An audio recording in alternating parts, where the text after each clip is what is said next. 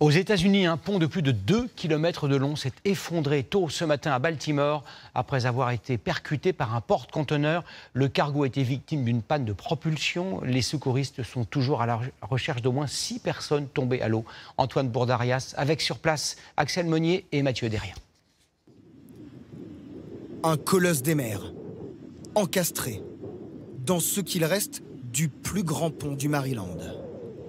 Il est 1h30 hier soir à Baltimore lorsque ce porte-conteneurs se dirige vers le pont. Nous avons accéléré les images pour mieux comprendre ce qu'il s'est passé. Le navire change de direction puis heurte un pilier de l'ouvrage. En quelques secondes, toute sa structure s'effondre et disparaît dans la rivière. Un accident spectaculaire, filmé par des témoins médusés. Mon Dieu, je crois qu'il n'y a plus de pont. Cet immense cargo singapourien, long comme la Tour Eiffel et large comme l'Arc de Triomphe, partait de Baltimore en direction du Sri Lanka. 2 pilotes à bord devaient le faire sortir du port.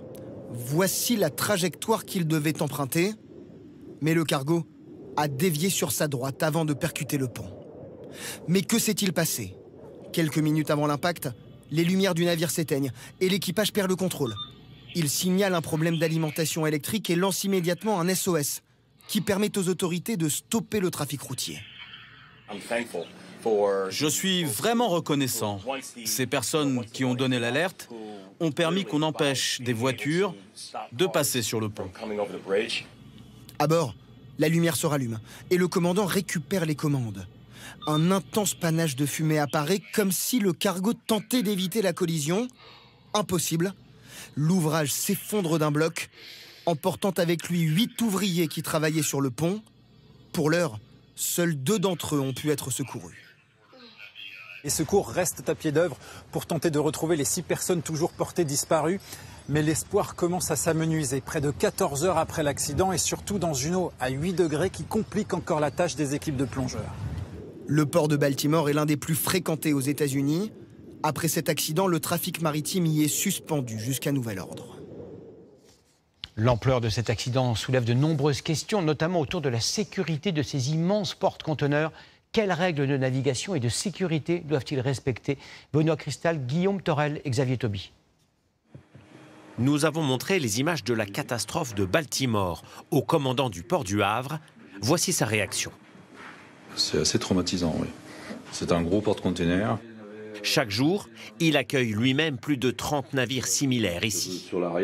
Avant leur arrivée, ils doivent prendre à bord 1 voire 2 pilotes du port qui connaissent chaque quai de débarquement et qui font appel à des remorqueurs. Au radar, lorsqu'un navire quitte sa trajectoire dans le chenal, on va informer le pilote. La manœuvre dans le port, c'est une affaire de spécialistes et c'est pour ça qu'on a des pilotes qui sont très bien formés, qui ont une très grande expérience. En France, à l'entrée des 7 ports habilités à recevoir des porte-conteneurs, il y a peu de ponts. Celui de Normandie a été conçu sans piliers au niveau du fleuve navigable. Seul le pont de Saint-Nazaire présente un risque de collision. Éviter les obstacles, gérer les pannes, c'est ce qu'apprennent ces élèves pilotes sur un simulateur en Normandie. L'accident de Baltimore sera un jour étudié ici. On en tirera, comme l'ensemble des autorités compétentes, les meilleures conséquences pour les préparer à des situations de crise. Pour stopper ces géants des mers, il faut plusieurs kilomètres d'avance. Ce paquebot à Venise s'est encastré sur un quai après un problème moteur. Ici, en Corée du Sud, un capitaine ivre a failli détruire ce pont autoroutier après avoir manqué sa manœuvre. Ces 2 navires, eux, n'ont pas pu éviter la collision après une erreur de navigation.